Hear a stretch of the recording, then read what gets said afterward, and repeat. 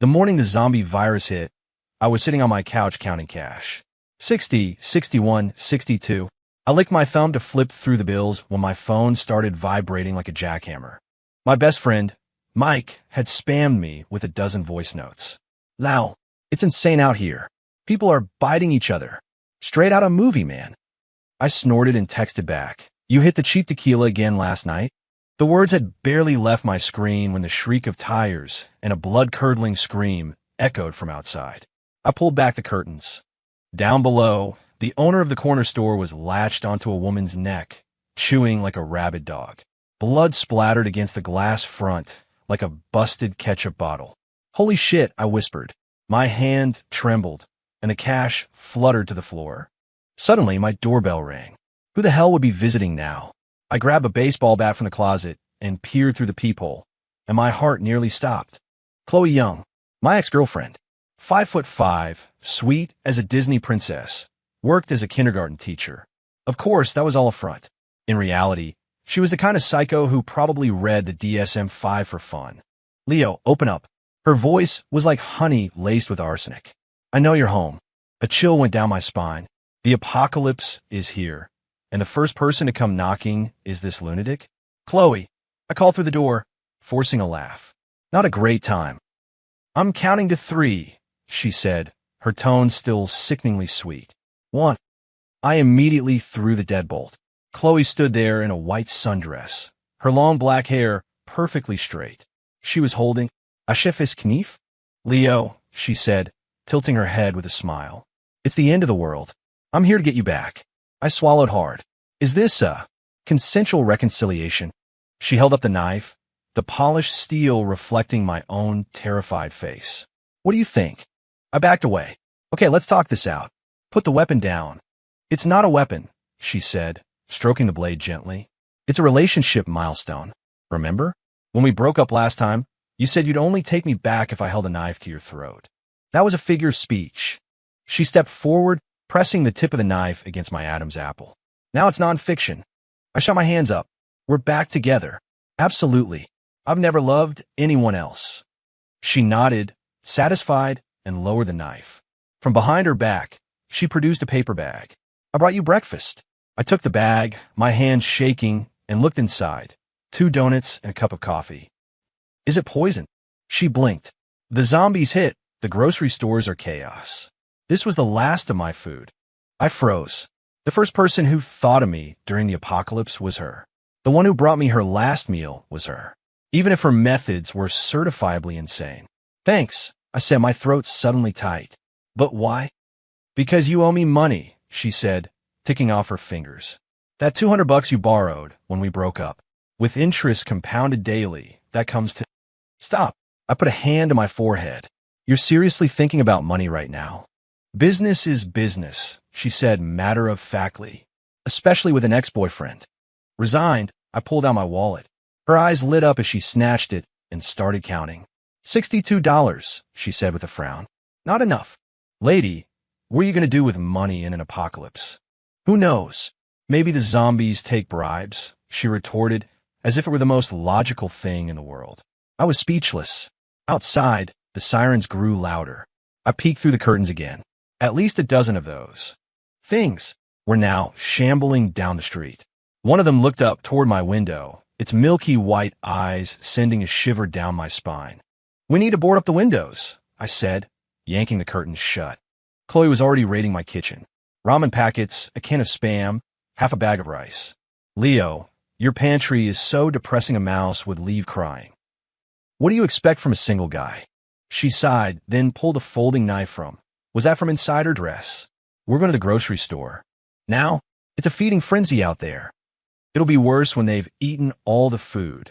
She grabbed me by the collar. Let's go. As she dragged me to the door, a thought struck me. Wait, how many weapons are you hiding in that dress? She gave me a mysterious smile. A girl's gotta have her secrets. I decided it was better not to ask. We slipped out of the apartment building. The complex was in chaos, with distant fires and screams. Chloe pulled me along, expertly weaving past a few wandering zombies before we ducked into the corner store. The shelves were almost bare. As we scavenged the last of the canned goods, We heard a noise from behind an aisle. Someone there? I whispered. Chloe pushed me back, raising her chef's knife. Come out. A skinny kid with glasses raised his hands, trembling. Don't kill me. Oh, a live one. I breathed a sigh of relief. The kid, Alex, pushed his glasses up his nose. You guys here for supplies too? It's called scavenging. Chloe corrected him with a smile. Now hand over what's in your bag. You still the hair. Are you mugging him? Rule number 1 of the apocalypse, she said, waving the knife. Finders keepers. Alex obediently handed over a bag of bread. I felt bad, so I gave him 2 of my ramen packets. Thanks, he said, his voice filled with relief. I'm Alex. I live in building 3. You guys, I'm Leo, and this is his wife, Chloe said, linking her arm with mine and smiling sweetly. My scalp tingled. Nothing good ever happened when she smiled like that. You guys seem so happy together, Alex said wistfully. I haven't been able to reach my girlfriend all morning. Chloe suddenly leaned in close to him. Do you know how the infected find the living? Alex shook his head. Body heat, heartbeat, respiration, she whispered. So playing dead won't work. The color drained from Alex's face. I quickly pulled Chloe away. Stop scaring him. She blinked innocently, just sharing survival tips. We left Alex and continued our search. Suddenly, Chloe grabbed my arm. Leo, look. An elderly woman was sitting in a corner, clutching a shopping bag. Ma'am, do you need help? She looked up, her cloudy eyes filled with terror. My daughter. She said she was coming for me. Chloe tugged on my sleeve. Let's go. Her daughter's probably. I hesitated. We can't just leave her. This isn't a charity, Leo, Chloe said coldly. We can barely save ourselves. The old woman suddenly grabbed my hand. You kids go on. I can't move very fast. I looked at her white hair and thought of my own grandmother back home. Gritting my teeth, I said, I'll carry you. Chloe's eyes widened. Are you insane? You take the supplies back, I said, crouching down. Ma'am, tell me your address. She tremulously gave me her apartment number. It was in the next building over. Chloe stomped her foot in frustration. Lao, you and your bleeding heart. I hoisted the old woman onto my back and grinned at Chloe. That's why I need a cold-hearted killer like you to protect me, right? She froze for a second, then snorted and started walking ahead of us. We dodged a few groups of infected on the way. The old woman whispered in my ear, Your girlfriend is a tough one, Sonny. I gave a weak smile. Excuse friend. Get back with her. The old woman patted my shoulder. In times like these, having a fighter is better than anything. Up ahead, Chloe cleared a path, her knife glinting in the dim light. I suddenly felt that having a psycho ex-girlfriend might just be the luckiest thing that ever happened to me. After getting the old woman safely to her apartment, we hurried back. The sky was getting dark, and the infected were becoming more active. Faster, Chloe yelled, pulling me into a run. Suddenly, 5 of them lurched around a corner, blocking our path. We're screwed. I froze. Chloe tightened her grip on the knife. On 3, we run to the right. 1, 2. She didn't make it to 3. She lunged forward, the knife a silver blur. The head of the closest zombie flew off its shoulders. I stared dumbfounded. When the hell did she learn to do that? The other 4 swarmed her. I frantically looked around, grabbed an iron pipe, and joined the fray. Who told you to come back? She screamed while expertly slicing through a zombie's neck. Couldn't leave my girl behind. I yelled, swinging the pipe and caving in a zombie's skull. A small smile played on her lips. Smooth talker. We fought back to back, clearing the remaining infected until we were both splattered with blood and gore, collapsing against a wall. Leo, she said suddenly, you were pretty cool back there. I was floored. Really? Yeah, like a brave husky. We finally made it back to my apartment, just as night fell. Chloe meticulously checked the locks while I took stock of our supplies. If we ration this, it'll last a week, I sighed. She handed me a bottle of water. Regret saving that old woman? I shook my head. I'd do it again. She stared at me for a long moment. Then a genuine smile broke through. That's why I can't seem to let you go. Because I'm an idiot? Because you make me want to be a good person, too, she said softly. Even though it's hard. My heart warmed. I was about to say something when she suddenly threw her arms around me. Leo, she whispered in my ear, If we're going to die tomorrow, then tonight let's...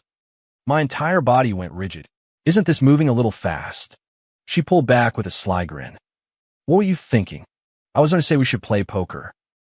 You're messing with me? Gotta find joy in the little things, she said, pulling a deck of cards out of nowhere. Loser strips. I backed away cautiously. Is this poker or Russian roulette? She was already shuffling. Relax. I won't really eat you. The howling of the infected outside suddenly grew closer. We both fell silent. They can't break down the door, can they? I whispered. Chloe calmly dealt the cards. If they get in, you can seduce them with your good looks. That trick only works on you. She laughed, and the sound seemed to push back some of the fear. I realized then that in this nightmare, I might have found the weirdest but also the most perfect partner. Leo, she said, her expression turning serious. Promise me something. What? If I start a turn, she held up the knife, kill me first. I was silent for a moment, then picked up a fruit knife from the table. Then you have to promise me, if I turn. She shook her head. I won't kill you. I'll tie you up, she said, her eyes gleaming. And I'll keep you. That's so much worse than killing me. She giggled, as if the apocalypse had never happened. Watching her, smiling and alive, I suddenly felt that maybe this was the greatest luck we could have in the end of the world, still being able to find a reason to laugh. As the night deepened, we took turns on watch. When Chloe finally fell asleep, her head on my shoulder, she was still clutching that chef's knife. 2. Day 5 of the apocalypse. I was crouched in the bathroom, counting squares of toilet paper. 28, 29. Clutching the last half roll, I was struck by a terrifying realization. Chloe, we're out of toilet paper. She was in the living room, sharpening her knife. The sound of steel on stone was enough to set my teeth on edge. Use a magazine. My issue of GQ. The paper's too glossy. Then use your hand, she said without looking up. I stormed out, still buckling my belt. That's cruel and unusual punishment. Chloe raised the glinting knife and gave me a sweet smile. Would you like me to whittle you a poop knife? That's how the Romans did it. I immediately shut up. She would absolutely do that. Taking inventory of her supplies sent a chill down my spine. 3 ramen packets, half a bag of rice, and 5 bottles of water. Worst of all, Chloe had found my secret snack stash. Chocolate chips, beef jerky. She sat with her legs crossed, one foot dangling my limited edition sneakers. Hidden pretty deep, Leo. A false bottom in a closet? Creative. I'll lunge for the last chocolate bar. That's the strategic reserve. She dodged effortlessly and took a large bite right in front of me. Now, with my strategic reserve. Of fat. You're a monster. Flattery will get you nowhere, she said, licking a smudge of chocolate from her lip. We have enough food for 3 days. We're going to the grocery store tomorrow. My scalp prickled. The last trip to the store nearly got us killed. There were even more of them out there now. Rock, paper, scissors to see who goes. I suggested. Chloe's eyes narrowed. Sure. Rock, paper, scissors, shoot. I threw paper. She threw scissors. Best 2 out of 3. I yelled. Second round. I threw rock. She threw paper. Best 3 out of 5. Third round. I threw scissors. She threw rock. Chloe patted my cheek. Just accept your fate, sweetie. I made a last-ditch effort. I'm a slow runner. My knife is fast. I have a terrible sense of direction. My internal compass is flawless. I'm too handsome. I'll attract all the zombies. She paused for a second, then leaned in close. You've got a point there, she whispered, her warm breath tickling my ear. All the more reason for you to go. As bait. Ultimately, we reached a consensus. We would go together. In Chloe's words, if we're going to die, we'll die together. A regular Bonnie and Clyde. That night, I tossed and turned. Moonlight filtered through a gap in the curtains, illuminating Chloe's sleeping face. She was hugging her chef's knife like a teddy bear, her long eyelashes casting soft shadows on her cheeks. The psycho killer of my waking hours looked almost goo. When she was asleep, on a strange impulse, I reached out to brush a stray strand of hair from her forehead. Shing! The sound of a blade being unsheathed. Touch me again and you lose a finger, she mumbled, her eyes still closed. I snatched my hand back. You're awake. Your breathing is too loud, she said, rolling over to face me. Scared? Who's scared? Liar. She suddenly pressed her hand against my chest. Your heart's pounding like a drum solo. I grab her wrist. Don't use this as an excuse to grope me. In the darkness, her eyes seemed to glow. Leo, we're going to make it. It wasn't a question. For some reason, I felt a sense of calm. Of course we will. Only the good die young. She chuckled softly, and her breathing evened out. This time, she was really asleep. I stared at the ceiling, remembering what the old woman had said. In times like these, having a fighter is better than anything. The next evening, we suited up. Chloe was wearing my sweats, the knife tucked in her waistband. She actually looked kind of badass. I had a hiking backpack and a spear fashioned from a curtain rod. Stay close, she said, checking the door. And if you see a zombie, don't scream. Your voice is louder than a car alarm. That's called a manly battle cry. She rolled her eyes and gently pushed the door open. The hallway was eerily silent. We tiptoed downstairs when suddenly, crunch. I'd stepped on a pair of glasses someone had dropped. Leo! Chloe hissed through clenched teeth. A guttural roar echoed from downstairs. We froze as 3 zombies shambled into view at the bottom of the stairwell. Run! She yelled, grabbing my arm and bolting. We sprinted out of the building, the dead hot on our heels. At a corner, Chloe slammed on the brakes and yanked me behind a dumpster. What are you? She clamped a hand over my mouth. The zombies shuffled past, so close the smell of rot made my eyes water. When they were gone, she let go. Breathe. I gasped for air. How did you know they hunt by sound? Haven't you read the Zombie Survival Guide? She asked with a raised eyebrow. The one you gave me for my birthday in college. My eyes widened. The book you used as a coaster for your ramen? Using it as a coaster didn't stop me from reading it, she said, pulling me to my feet. We're here. The grocery store entrance was littered with bodies and shattered glass. We carefully stepped inside. Aisles were overturned, the floor a mess of trash and spilled food. Split up, Chloe said, handing me a walkie-talkie. You take the food aisles, I'll get medical supplies. This thing works? Found it, she said with a wink. Let's find out. I crept toward the food section. Most of the shelves were bare, but I found a few overlooked cans in a corner. As I was stuffing them into my pack, I heard a faint sob. Who's there? I whispered. A pale face peeked out from behind shelf. It was Sarah, a cashier from the store. There was a nasty gash on her arm. Lau, she said weakly, reaching out. Help me. I froze. If I helped her, I could get infected. If I didn't, my conscience would eat me alive. As I hesitated, the walkie-talkie crackled to life. Lau, get back here. We got a problem. Gritting my teeth, I shoved 2 bottles of water and a pack of crackers toward Sarah. Stay here and keep quiet. I ran back to our meeting point. Chloe was crouched behind a cash register, a pile of medical supplies in front of her. Look, she said, pointing toward the back of the store. Through a gap in the shelves, I saw a zombie in a security guard's uniform wandering around, a stun gun still clipped to its belt. We could go around, I suggested. She shook her head. It's blocking the only way to the pharmacy. She narrowed her eyes at me. What's that smell on you? My heart skipped a beat. Manliness? Perfume, she sneered. Want to play the hero again? Before I could answer, the security guard zombie's head snapped in our direction, its milky eyes locking onto us. Run! Chloe grabbed her pack and took off. The zombie was unnervingly fast. We scrambled for cover, diving into the adult novelties section. Split up and draw its fire, Chloe yelled, rolling behind a display of fuzzy handcuffs. I grabbed whatever was on the nearest shelf and started throwing.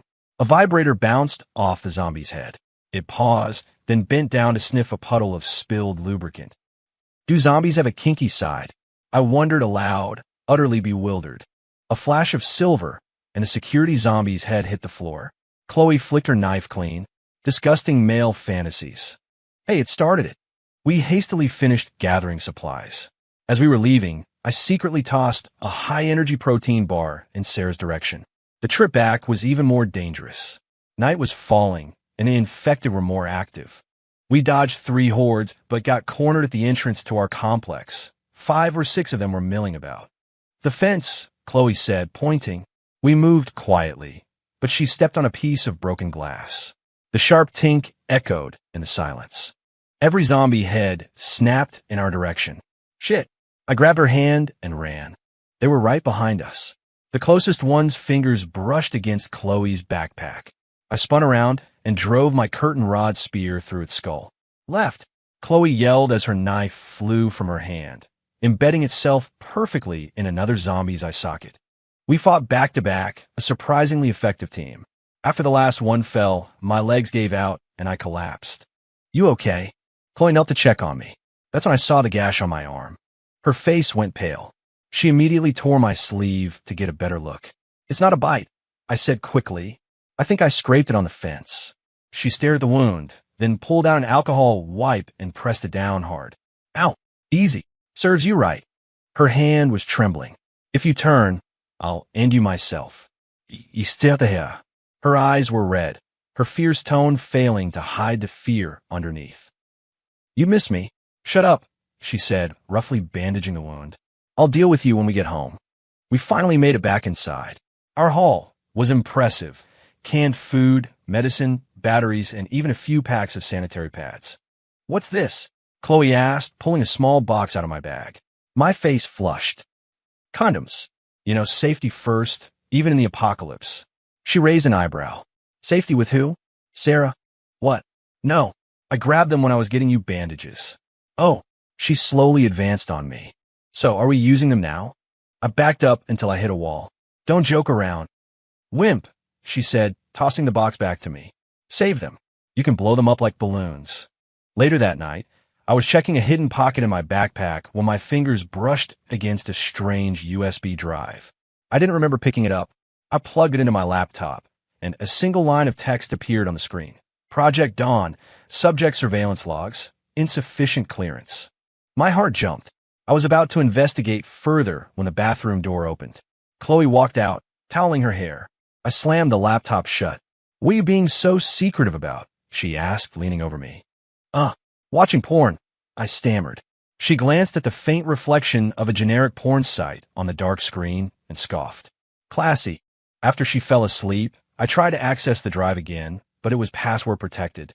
Rummaging through the stuff we'd brought back from the store, an employee ID card caught my eye. Horizon Biologics Security Division. Horizon. Why did that sound so familiar? The moans of the infected echoed from the street below.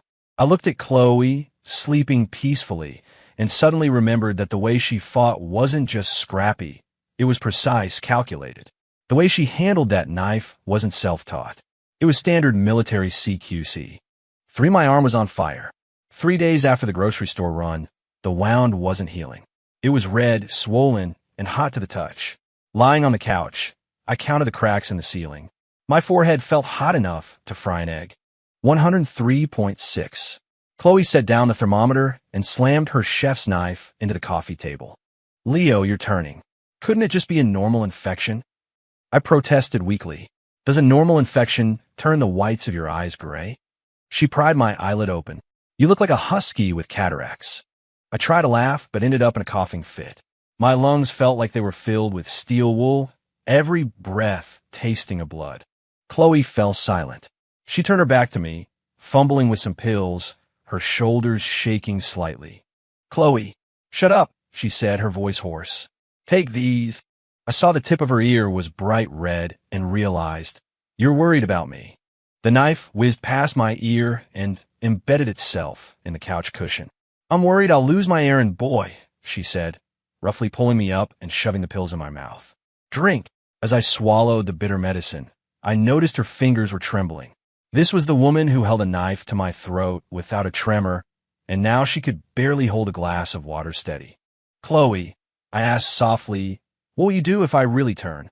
She snapped her head up, her eyes red-rimmed. "I'll chain you to the balcony, throw a bucket of cold water on you every day, and scream at you for being a cheating bastard." "That's harsh." And then, her voice dropped, "And then I'll turn with you." My heart skipped a beat. That was 1,000 times more terrifying than any knife. As night fell, my temperature soared to 104. In my delirium, I saw Chloe sharpening her knife, tears splashing onto the blade.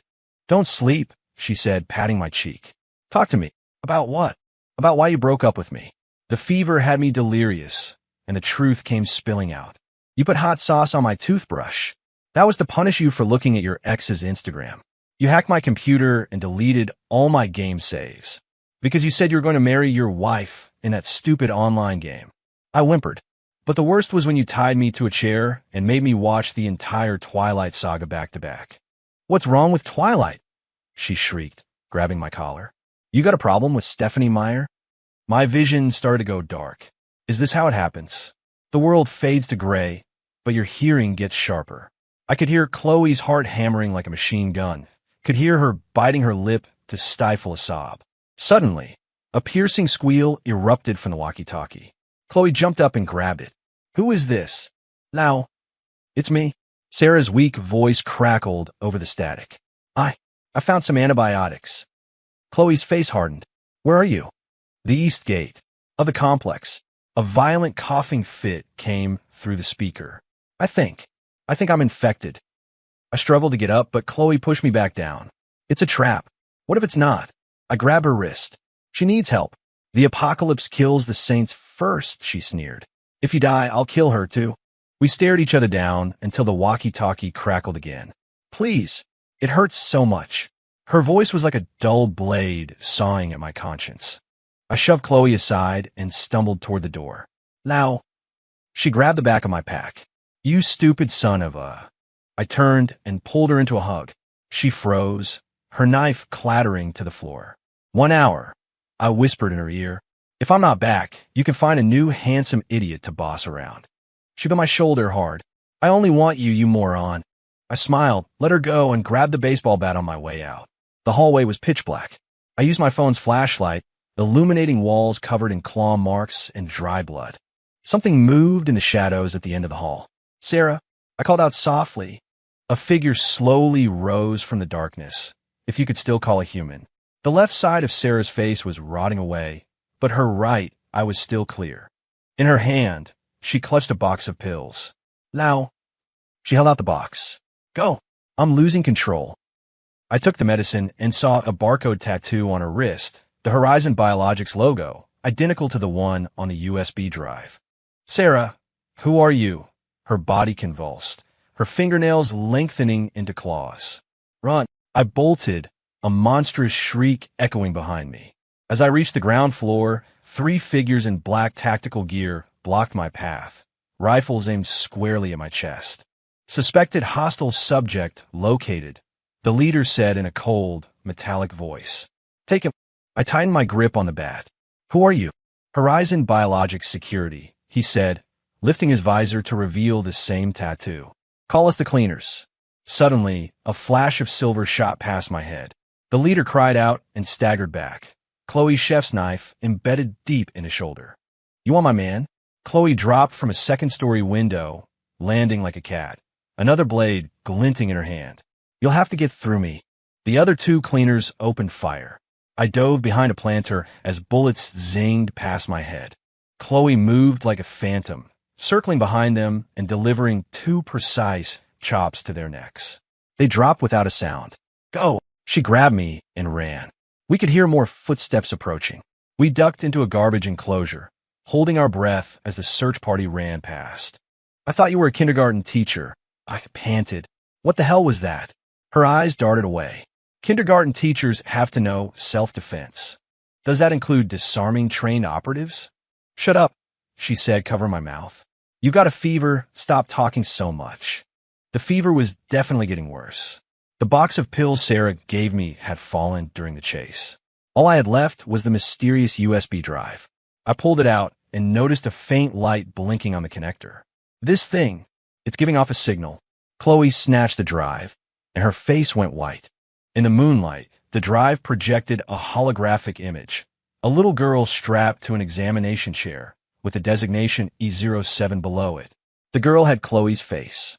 Chloe, she started to tremble, her pupils dilating. No, that's impossible. A voice from a bullhorn outside shouted, Experiment E07. We know you're in there. Chloe froze, as if struck by lightning. Her lips moved, forming silent words. E07. Comply with directive. I shook her by the shoulders. Snap out of it. She blinked, her eyes clearing. They're here. We burst out of the garbage enclosure and ran right into 5 more cleaners. Chloe kicked up a steel pipe from the ground, throwing it with perfect accuracy to shatter the leader's faceplate.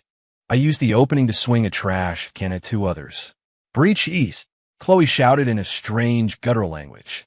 The cleaners froze, clearly shocked. "She remembers the command codes," one of them yelled. We used their hesitation to dash into a thicket of overgrown bushes. Gunshots erupted behind us. Chloe suddenly tackled me to the ground as a bullet that would have hit me lodged itself in the tree behind us. "Are you okay?" I rolled over to check on her. Her face was pale. "Fine. Let's get home." We stumbled back to the apartment and sealed the doors and windows. The moment the last lock clicked, Chloe collapsed, her clothes soaked in a cold sweat. "You were hit." I pulled up her jacket and gasped. On her lower back was a raw, angry wound, but it wasn't a bullet hole. It was a brand, E07. She gave a weak smile. "Looks like we both have our secrets." I got the first aid kit and started cleaning the wound, my hands shaking more than hers. The fever and the adrenaline were making my vision swim. Strangely, the scratch on my arm didn't hurt anymore. Instead, it had a weird, numb itch. "Now," Chloe suddenly cupped my face. "Your eyes. What about them?" "They're gray," she whispered, her voice trembling. "But your pupils are still round." A zombie's pupils were supposed to be dilated. I ran to the bathroom mirror and stared at my reflection. The whites of my eyes were indeed a light, stony gray, but my vision was sharper than ever. In the reflection, I saw Chloe's brand seeping a thick, black fluid. "Chloe, your blood." She twisted to look and froze. We both realized it at the same time. Normal people don't bleed black. The roar of a helicopter filled the air. I peeked through the blinds and saw 3 choppers bearing the Horizon logo circling the building. "They're here for you," I said, taking her hand. "Why?" Chloe's eyes glazed over. "I don't remember. I just have this dream. A white room. People in hazmat suits. The files on the USB drive. I didn't care about the risk. I plugged it into my laptop and typed in a number from Sarah's tattoo. XC779. The file's unlocked. Project Dawn. Experiment log. Project Gene Evolution Serum. Subject E07. Chloe Young. Age 6. Injection date April 15th, 2003. Reaction: violent rejection followed by abnormal adaptation. Subject displays superior combat abilities and resistance to memory alteration. Onote E07 escaped. Recovery attempts failed. Capture priority SS class. I looked at Chloe. She was staring at the screen, shaking. "I'm an experiment." "No." I closed the laptop. "You're Chloe Young, the psycho who forced me to get back together with her using a chef's knife." She smiled, but a tear rolled down her cheek. "And what are you?" "My gray-eyed monster boyfriend." "A handsome monster," I corrected her. A noise from the hallway made me freeze. Shoo! Heavy, dragging footsteps echoed from outside the door, along with a wet, dripping sound. Not cleaners, something worse. "At least 20 of them," Chloe whispered, listening intently. "How could—" I remembered Sarah's warning. I ran to the window and looked out. My blood ran cold. Every single zombie in the complex was converging on our building, drawn by an invisible force. Leading the horde was Sarah, the left side of her face gone, a gaping maw. "They're using them as weapons," I said, pulling Chloe back. "We have to get out of here." She shook her head. "You have a fever. I'm injured. We be dead before we hit the street." "Then what do we do?" Chloe picked up her knife, a familiar, terrifying smile spreading across her face. "We kill them all." I looked at her pale but determined face and suddenly felt a little less afraid. I picked up my baseball bat. As I flexed my arm, I noticed the scratch had completely healed, replaced by a patch of tough, gray skin. "Chloe," I said thoughtfully, "I think I might be a little special, too." She raised an eyebrow. "Especially handsome." "Especially this." I pointed out the window. I think I can affect them." "Prove it." I took a deep breath and focused on the nearest zombie. A strange thing happened. It stopped, looking around in confusion. Chloe's eyes widened. "You? Don't break my concentration." I kept trying, and more zombies began to halt. But then a high-pitched whistle cut through the air, and the horde became frenzied again. "Cleaners!" Chloe pointed to the opposite rooftop. They're controlling them. Sure enough, a figure in black was blowing a high-frequency whistle. I tried to counter the signal with my own focus, but a splitting headache made me cry out and blood gushed from my nose. That's enough. Chloe held me. Don't push it. We retreated to the bedroom and barricaded the door.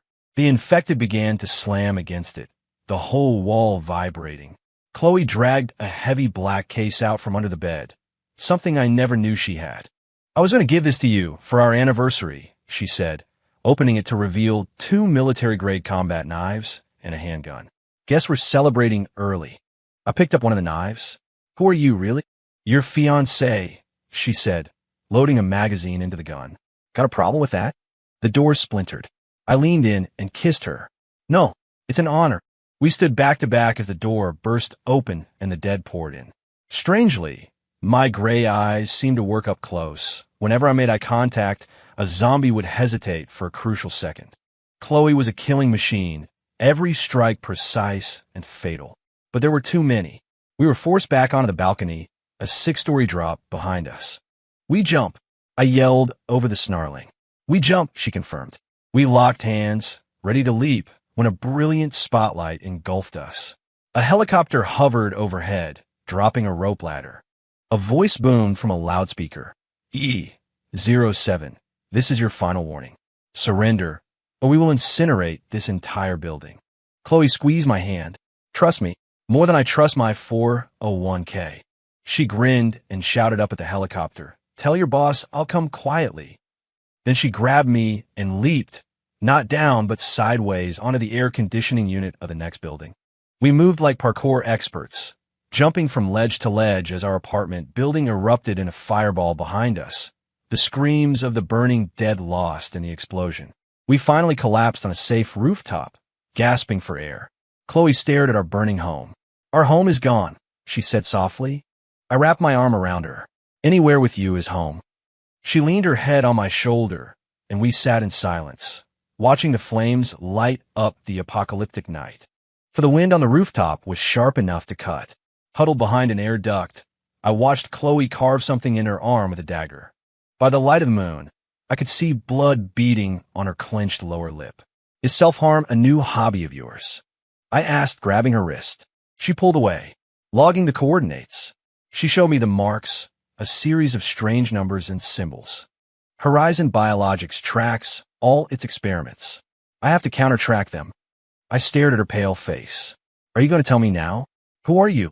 E-07, she said with a bitter smile. A priceless piece of lab equipment. The wind whipped her hair back, revealing a faint barcode on the nape of her neck. The image of the little girl in the lab chair from the USB drive flashed in my mind, and my stomach churned. That serum. Did it hurt? Her eyes went distant for a moment. I just remember the white room. And needles. The dagger was suddenly in my throat. Ask again, and I'll cut your tongue out. I covered her trembling hand with my own. Even if you do, I'll still carry you. Her pupils dilated slightly, and the dagger clattered onto the rooftop. We sat in silence, watching the distant fire that had once been our home. Just before dawn, we found refuge in an abandoned clinic. Chloe found medical alcohol and a suture kit and ordered me to take off my shirt. Even now, you're trying to OW. The alcohol on the gash on my back made me hiss in pain. Quiet, gray eyes, she said, threading the needle. Did you know your healing rate is 3 times faster than a normal person's? I twisted to look at the scratch on my arm. It was already scabbed over. Because I'm handsome? Because you're mutated too, she said, her voice dropping. Leo, you might be. A compatible. What kind of hiss? The needle pierced my skin. Chloe's suturing was as precise as a master tailor's. Bizarrely, after closing the wound, she stitched a crooked little heart next to it. What kind of kinky crap is this? A brand, she said, biting the thread to cut it. Now you're my exclusive property. I looked down at the top of her head and saw a tear clinging to her eyelashes. Before I could speak, the clinic's front window shattered and 3 cleaners burst in. E-07, the leader shouted, aiming a strange device at her. Return to the unit immediately. Chloe instantly moved in front of me, her body snapping into a combat stance. Clearance code Alpha 9. The cleaners froze for a critical second. The code was like a switch. Chloe used their hesitation to throw a scalpel, which embedded itself in the leader's throat. As the other two raised their rifles, I focused my will, and my gray eye ability flared. Their movements became sluggish, as if moving through water. Go! Chloe grabbed my hand and pulled me toward the back door. We scrambled into an alley, where she suddenly stumbled and fell to her knees. I lifted the back of her shirt, and my blood ran cold. The brand, E07, was oozing a black, viscous fluid that seemed to move on its own. Chloe, what is that? The inhibitor is failing, she gasped, drenched in a cold sweat. Every time I use a military command code, it accelerates. My heart hammered against my ribs as I scooped her up and ran. She felt as light as a dead leaf, a stark contrast to the knife-wielding psycho I knew. We found shelter in an underground parking garage. I pulled out the USB drive Sarah had given me and plugged it into my phone. This time, I entered Chloe's designation, E07. A deeper level of files unlocked. Gene Evolution Serum. Side Effect Report. Subject E07. Chloe Young. Symptoms: blood necrosis, increased aggression, resistance to memory manipulation. Inhibitor protocol. Requires regular injection of compatible serum. Ref. Project P01. Note: P01 sample stolen in April 2023. Theft attributed to E07. My head snapped toward the girl in my arms. What did you steal 3 years ago? Her eyes flickered away. I don't remember. Then why me? I pressed, leaning closer. We've been broken up for 4 years. She suddenly bit my wrist, and as I flinched in pain, she scrambled away. Because you're an idiot, she yelled, her eyes welling up. The kind of bleeding heart moron who saves old ladies in an apocalypse. You were the perfect blood bag. I was stunned into silence. 3 years ago, on a rainy night, she had shown up at my door covered in blood. I cut my finger while trying to bandage her wounds. The fragmented memories clicked into place. Her black blood had mixed with mine. You did it on purpose. I touched the healed scratch on my arm. My powers. They came from you. She turned away, refusing to answer. The sound of the cleaner's boots echoed from the garage entrance. I instinctively moved to shield her. Leo, she said softly, her voice strained. If I lose control, use your gray eyes.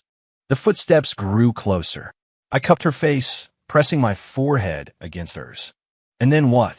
And then kiss me, she whispered, closing her eyes. Like it's the last day on earth. I leaned in and captured her lips, the taste of salt and blood filling my mouth. At that moment, the garage door exploded inward. Party's over, a cleaner sneered, leveling his rifle. Hand over the asset. I flare my gray eye power, but it had no effect. The leader removed his tactical goggles, revealing a cybernetic eye. The same trick won't work twice on Horizon. Chloe exploded from my arms, a blur of motion. She snapped the necks of the two closest cleaners before the third could even react, black blood weeping from her eyes and nose. You people are being very rude. To my Leo, the remaining cleaners backed away in terror. Full transformation. Initiate sedative protocol. They pulled out some kind of sonic device, and Chloe screamed, clutching her head. I grabbed a tire iron, smashed the device, and dragged her into the street. The wandering zombies, drawn by the commotion, formed a chaotic, moving barrier. We used the cover to slip into a storm drain. In the darkness, the only sound was the frantic beating of our hearts. Chloe, I reached for her in the dark, my hand coming away wet and sticky. You're bleeding. She lunged, tackling me into the grimy water, her fangs grazing my neck. Blood. Give me. I froze. A sliver of moonlight from a grate above illuminated her fully transformed face. Her pupils were reptilian slits, her nails were claws, and her mouth was stretched into a ghastly grin. Chloe, I whispered, my voice shaking. Remember our first date? Her lunge faltered. The chef's knife, I said, slowly raising a hand to her cheek. You said you were going to use it to carve me an apple. Her fangs retracted slightly. I focused all my will, pushing my gray eye power to its absolute limit, staring into her blood-red eyes. A searing pain exploded behind my own eyes. I could feel the capillaries in my brain bursting. But it worked. Her pupils slowly returned to normal. Her fangs receded. She collapsed into my arms, unconscious. I lay in the filthy water, blood streaming from my nose. My phone vibrated. An encrypted message. Want the cure? Abandoned chemical plant. 8 p.m. tomorrow. Come alone. K. In my arms, Chloe's brand was still weeping black fluid. I wiped the blood from my face and typed back. Make it 2. Chloe woke at dawn. The first thing she did was check my pulse. Still alive? She asked, one eyebrow raised. Disappointed? She suddenly ripped my collar open to check my neck. No bite marks. You behave. I showed her the message from K. Her face went pale. You can't go. K is Horizon's lead scientist. His job is to retire failed experiments. Failed? I tilted her chin up. You look pretty damn successful to me. Her pupils trembled. She bit my finger. Smooth talker. As we argued, we heard a splash from further down the tunnel. We went on alert, only to see Sarah, soaking wet and half-rotted, stumbling toward us. In her hand, she clutched a syringe. Now, she rasped, holding out. Inhibitor for Chloe. Chloe instantly drew her knife. Don't play innocent. I stopped her. Sarah, I'm XC779. Sarah coughed up black blood. E07's backup monitor. She pushed the syringe into my hand. But I don't want to be a tool anymore. Chloe snatched the syringe and sniffed it. It's real. Then, in a flash, her knife plunged into Sarah's heart. Chloe. She was already turning. Chloe said calmly, twisting the blade. It was a mercy. As Sarah collapsed, a faint smile of relief touched her lips. I knelt and closed her eyes, noticing a memory card that had fallen from her pocket. I plugged it into my phone. It showed a video from inside a white room. A small girl, E07, was shielding even smaller children from a man in a lab coat. The file was titled, Project Dawn, Second Generation Cultivation Log. Chloe stared at the screen, her head in her hands. These are my memories. I held her as she trembled. Maybe they're the real ones they tried to erase. She shoved me away. Don't pity me. A tear of black blood rolled down her cheek. A monster like me should just. I silenced her with a kiss. Her fangs pricked my lip, and the taste of my own blood filled my mouth. After a long moment, she pushed me away, gasping for air. You're insane. Takes one to know one, I said, licking the blood from my lip. So, ready to go meet Dr. K. She picked up the gun Sarah had dropped and chambered around. If he touches my Leo, I'll burn his lab to the ground. We climbed out of the storm drain into a blood-red sunset. Chloe walked ahead of me, her silhouette thin but unwavering. I suddenly remembered an encrypted video on a USB drive, a video of a young Chloe standing protectively in front of other terrified children, her eyes filled with the same defiant fire they held now. Maybe the psycho act was just a shell, and inside was the girl who would always stand up for others. The distant thrum of a helicopter reached our ears. I took her hand, the power in my gray eyes humming beneath my skin. Whatever we face tomorrow, I knew we would face it. Now, Chloe suddenly pulled me down behind a wrecked car. Look, I followed her gaze and saw something I would never forget. Thousands of zombies, marching in perfect formation toward the chemical plant, like a disciplined army. And leading them were several figures in the black uniforms of Horizon Biologics. The rusted gate of the chemical plant groaned in the wind. Crouched behind a derelict oil tank, I pushed my gray eye ability to its limit. The horde of zombies marched through the main gate with the eerie precision of a military parade.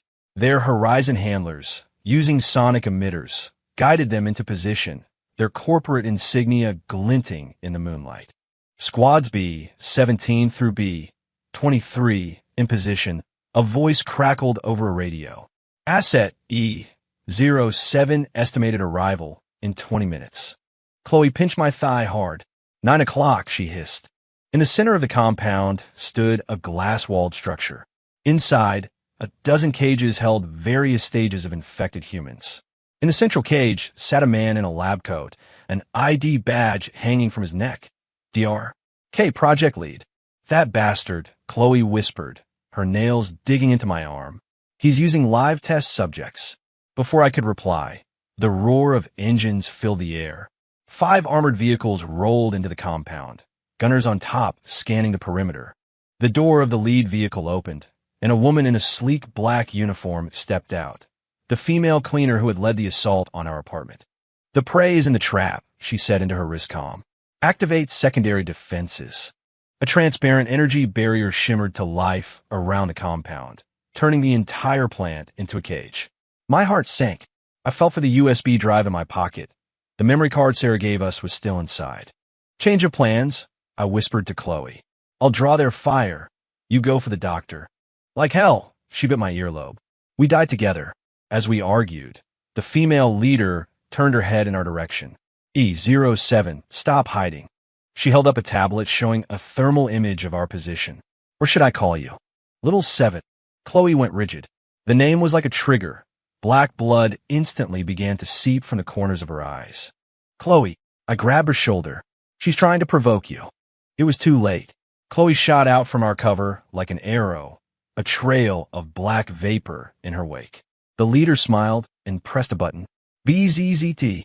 The energy barrier crackled with electricity. Chloe slammed into it and was thrown to the ground. A dozen cleaners raised their rifles as the leader strode toward her. 20 years, and you're still so impulsive." I activated my gray eyes and charged the barrier, but it was no use. Their tactical visors were shielded from my influence. "Mr. Wallace," the leader said without turning, "if you don't want to see her die, hand over the drive." Chloe struggled to her feet, black blood dripping from her lips. "Now, run." The leader slammed her boot onto Chloe's back. "Did you think he acquired his abilities by accident?" she sneered. "Little 7 here deliberately infected you 3 years ago." I froze. That rainy night, Chloe at my door covered in blood. She'd held my face and whispered, "I'm sorry," right before biting my lip. "Shut up," Chloe roared, lunging upward, her nails extending into claws aimed for the leader's throat. Bang! A gunshot echoed through the plant. A spray of blood erupted from Chloe's shoulder, and she staggered back. The leader blew smoke from the barrel of her pistol. "Move again, and the next one goes in him." Every rifle swung toward me. Chloe's fangs slowly retracted, black blood pouring from her wound. "Good girl," the leader said, bending down to pick up the USB drive that had fallen from Chloe's pocket. "Now let's see what E07 stole that was so important." She plugged it into her tablet. The screen immediately flashed red. "Illegal access detected. Self-destruct sequence initiated." "What?" The leader yanked the drive out, but it was too late. Every electronic device in the compound sparked and died. In the chaos, I ran to Chloe. Her skin was fever hot, the black blood on her wound writhing. "Now, the drive was a trap." "I know." I ripped a strip from my shirt to bandage her arm. Sarah helped us. The barrier was down, but more cleaners were coming. I dragged Chloe into a maze of pipes. She grabbed my shirt. "Get K. He knows the formula for the cure." "And you?" She gave me her signature psycho smile. "Me? I'm going to kill people." Before I could stop her, she vanished into the shadows. I heard screams from the direction she'd gone, and, gritting my teeth, ran toward the glass lab. As I neared the structure, Dr. K frantically shook his head at me. A second later, the ground gave way, and I plummeted into a hidden underground facility. "Welcome to hell, Mr. Wallace." Dr. K's voice echoed in the darkness. "Or should I call you?" P01. The lights flared on. I blinked, my stomach twisting as I took in the scene. Dozens of cloning vats lined the walls, each containing a floating humanoid figure. They all had my gray eyes. "The Gray Eye Compatible Program," Dr. K said, tapping on the nearest vat. "It began 20 years ago, but you were the only subject whose blood had a unique reaction with little 7s. He brought up a security feed. Above ground, Chloe was being cornered by a dozen cleaners, her movements growing sluggish. "She needs an inhibitor," Dr. K said, holding out a blue syringe. "And you need this." He produced a second, red syringe. "It will permanently unlock your full potential. The only cost is half your lifespan." On the screen, Chloe was hit with a high-voltage net.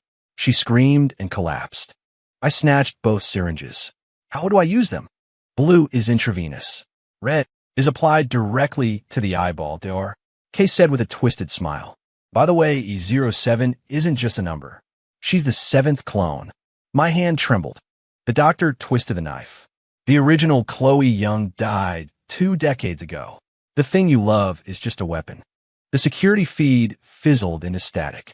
The last image was of Chloe, pinned to the ground, mouthing the words, "Run." "Choose, DR," Kay said, pressing a button that opened an escape tunnel. "Save yourself, or..."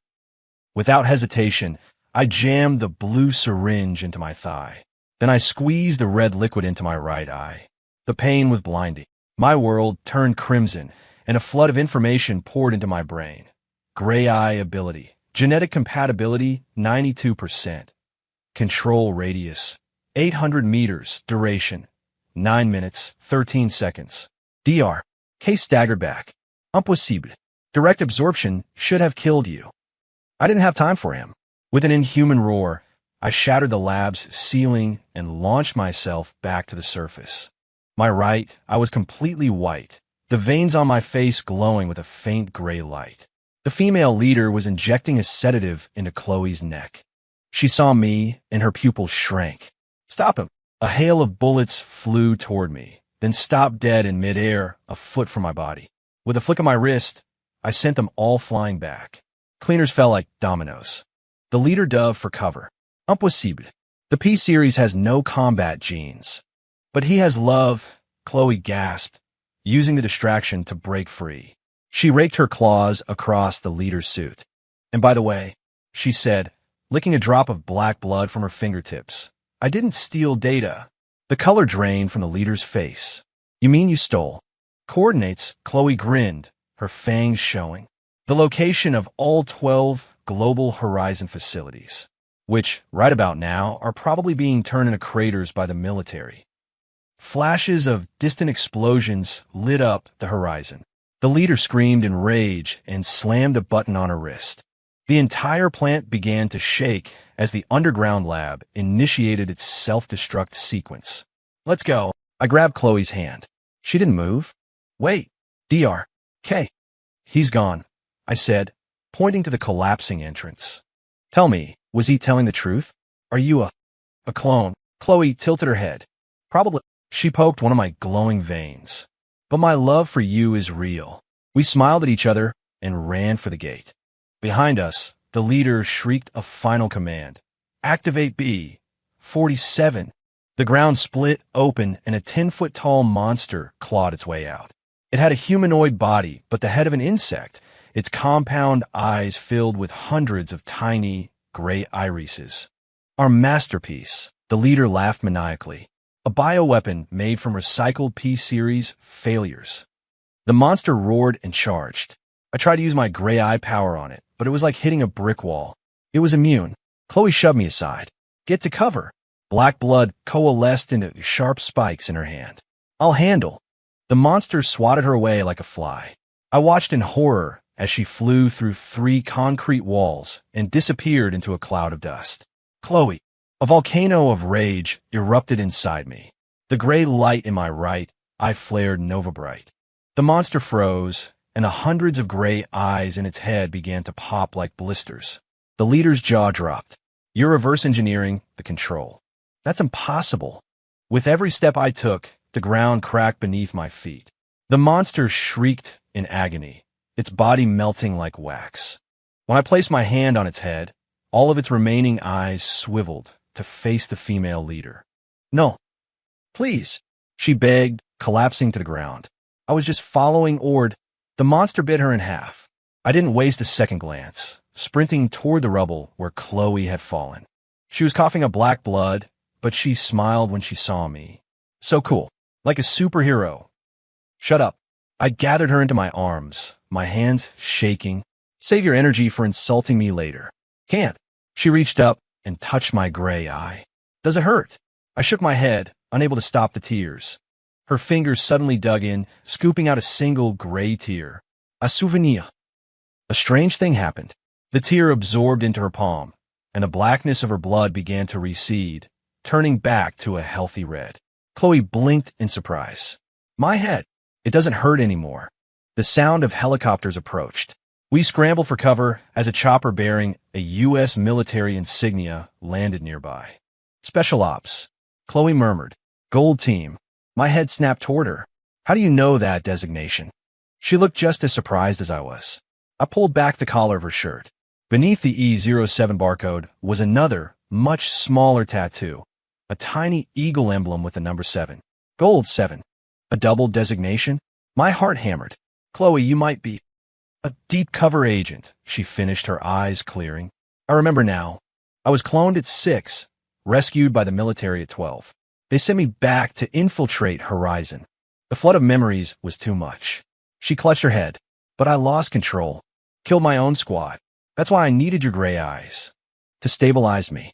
I held her tight. And now? Do you feel stable? She took a deep breath and nodded. Your tear. It's like it reset my system. She suddenly grabbed my collar. But if you ever cheat on me, I'll still kill you. I laughed and kissed her bloody lips. The helicopter's searchlight found us. Well, I said, squinting at the soldiers disembarking. Looks like our vacation is over. Chloe tossed her knife from one hand to the other. Good. It's time to settle the score with Horizon. We walked hand in hand toward the helicopter, the burning chemical plant at our backs, and the dawn rising before us. 6. The roar of the helicopter was deafening. I held Chloe's hand, watching through the window as the chemical plant, a bonfire of our past, shrank below. Far in the distance, the zombie hordes moved like a tidal wave toward the city. Hold on, the pilot yelled. The chopper lurched violently. I slid across the bench, but Chloe grabbed my collar with one hand, her other hand still holding her knife steady. The woman was part cat. What's going on? I shouted. Birds, the co-pilot yelled back. Mutated. I looked out the front and saw it. Not a cloud, but a swarm of thousands of crows, each the size of an eagle, with glowing red eyes. Hang on tight. The pilot yanked the controls, and the helicopter corkscrewed through the air. My stomach tried to crawl out of my throat. Chloe was laughing. Isn't this fun? She screamed in my ear. This is not fun. I gripped the seat for dear life.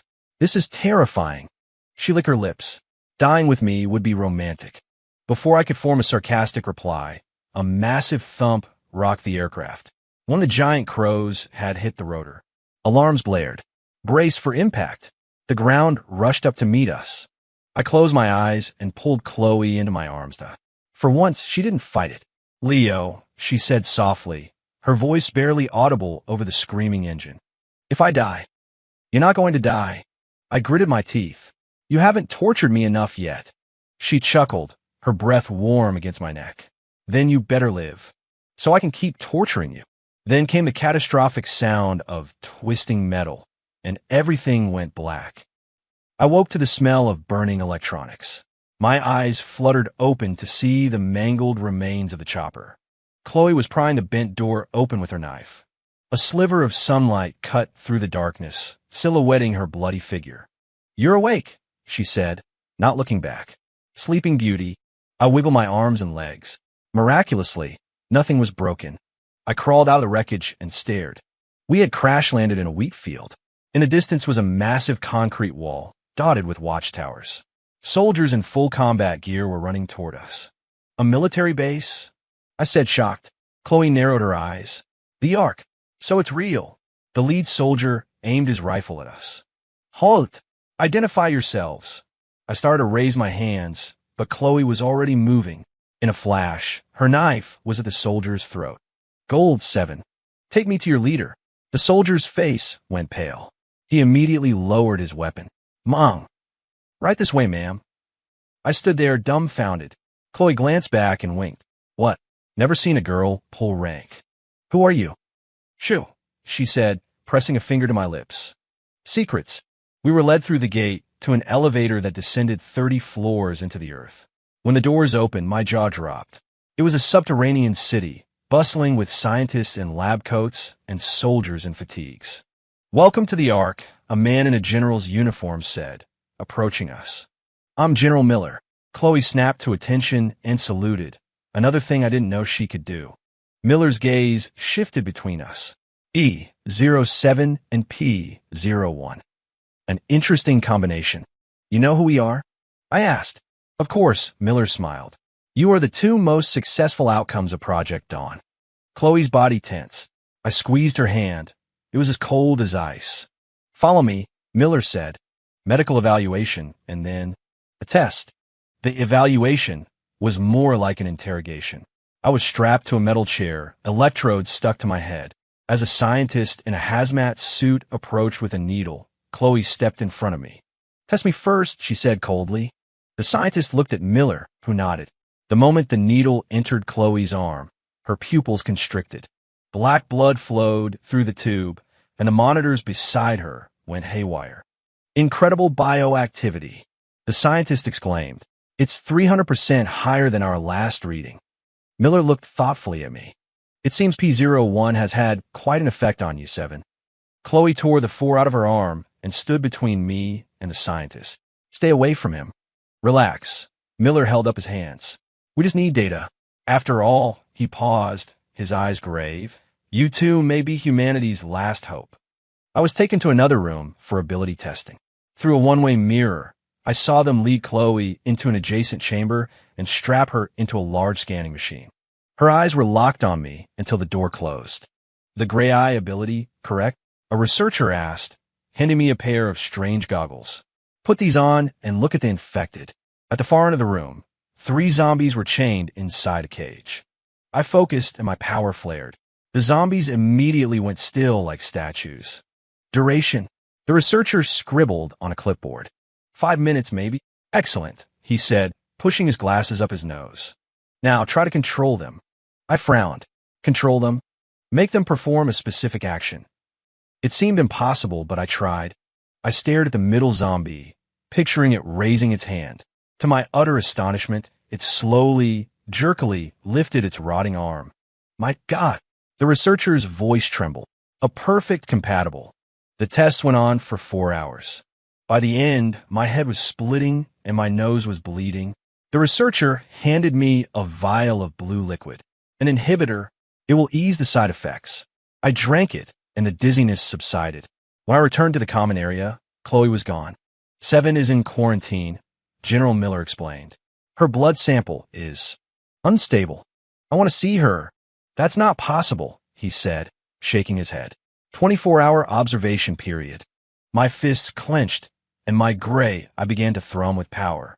The guard behind Miller raised their rifles, but the general just smiled. Interesting. Are you threatening me, son? I'm asking, I said, forcing the power down. She needs me. Science needs time, Miller said, clapping me on the shoulder. Get some rest, P01. I was shown to a small dorm room. Lying on the stiff mattress, I stared at the ceiling. Everything about this place felt wrong. They knew our designations, our abilities. It was like they had been waiting for us. Something hard was digging into my back from under the pillow. I reached under and pulled out a small shiv and a folded note. Ventilation shaft. 7. I couldn't help but smile. Even in quarantine, she was planning a jailbreak. At 1:50 a.m., I slipped out of my room. Following a series of small, almost invisible arrows Chloe had clearly marked beforehand, I crawled through the cold, dark ventilation shafts. After 10 minutes, I heard a soft tapping ahead. I pushed open a grate and dropped into a small room, right into Chloe's arms. Right on time, she chuckled. Miss me? I pushed her away. Explain. What is this place? Why do they call you 7? Medical archives, she said, turning to a computer terminal. As for 7, she typed in a password.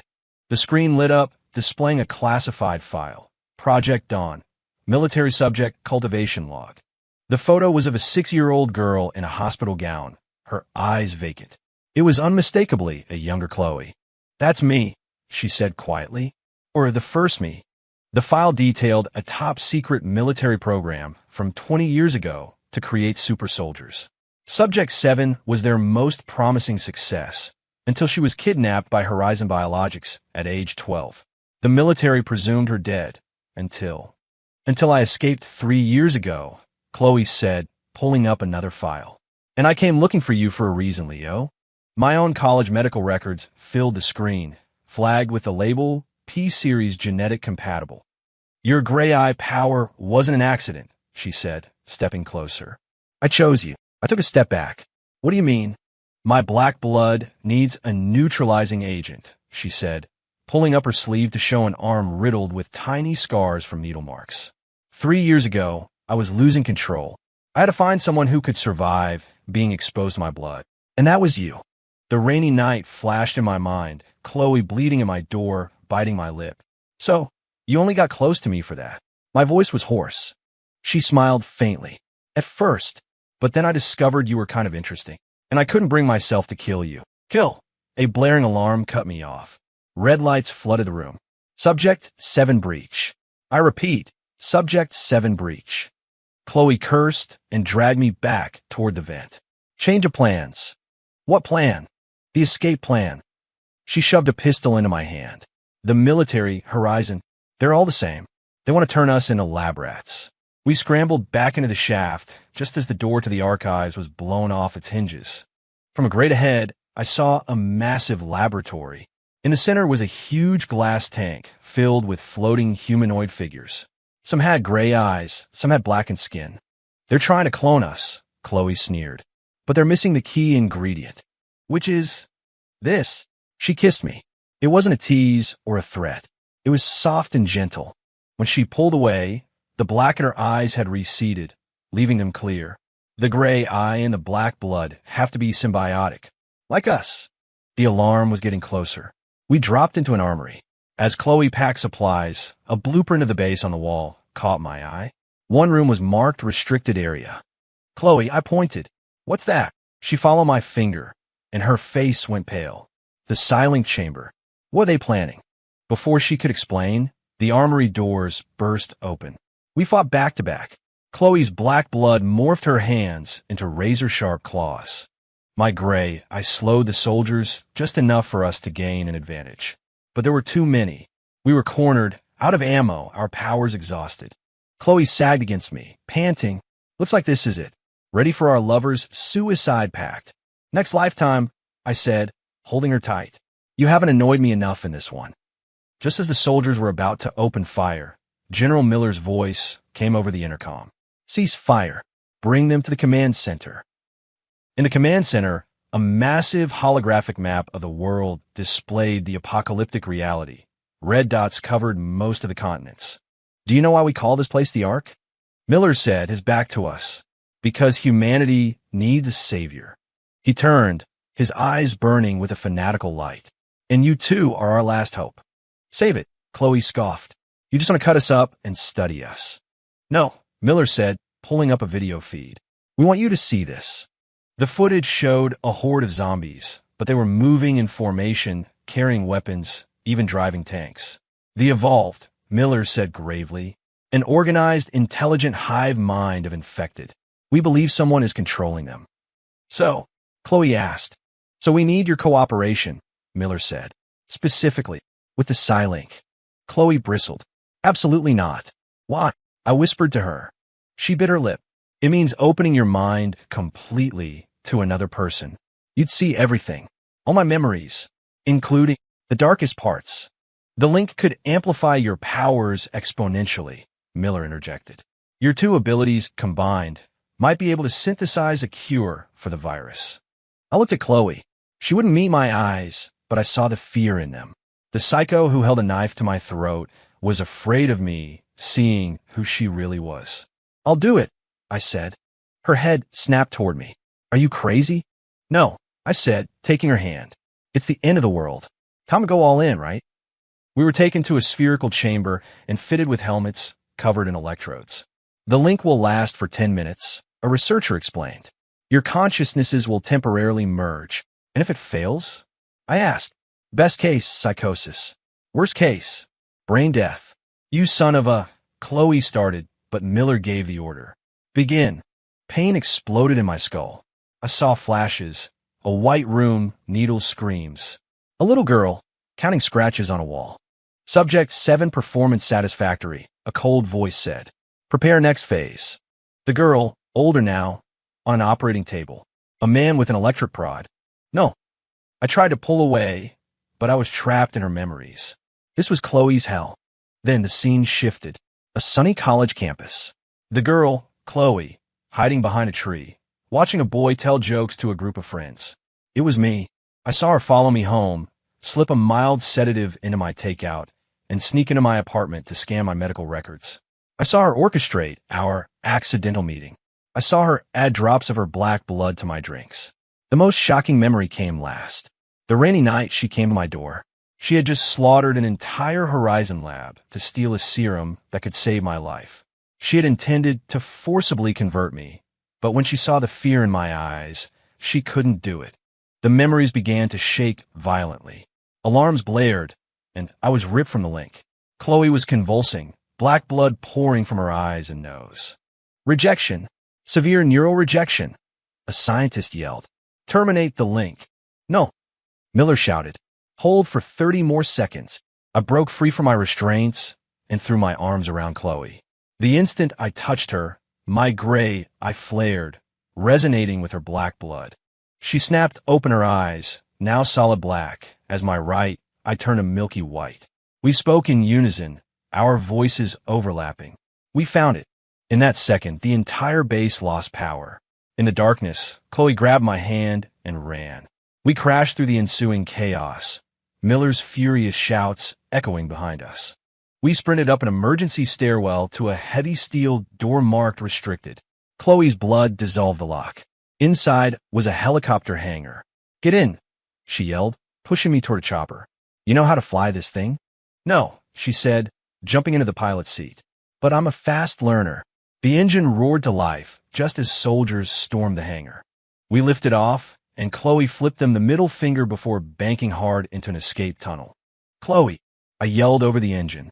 What did we find in the link? She focused on flying, a mysterious smile on her lips. The answer to why we're so perfect for each other. The light at the end of the tunnel grew brighter. As we burst out into the morning, the sun flooded the cockpit. In the golden light, Chloe turned to me, her eyes, now free of the black blood, impossibly clear. Leo, she said, her voice soft and steady. I think I'm actually in love with you. The helicopter soared toward the rising sun, leaving the exploding military base and our past behind us. Our future was an unknown, terrifying, and exhilarating apocalypse.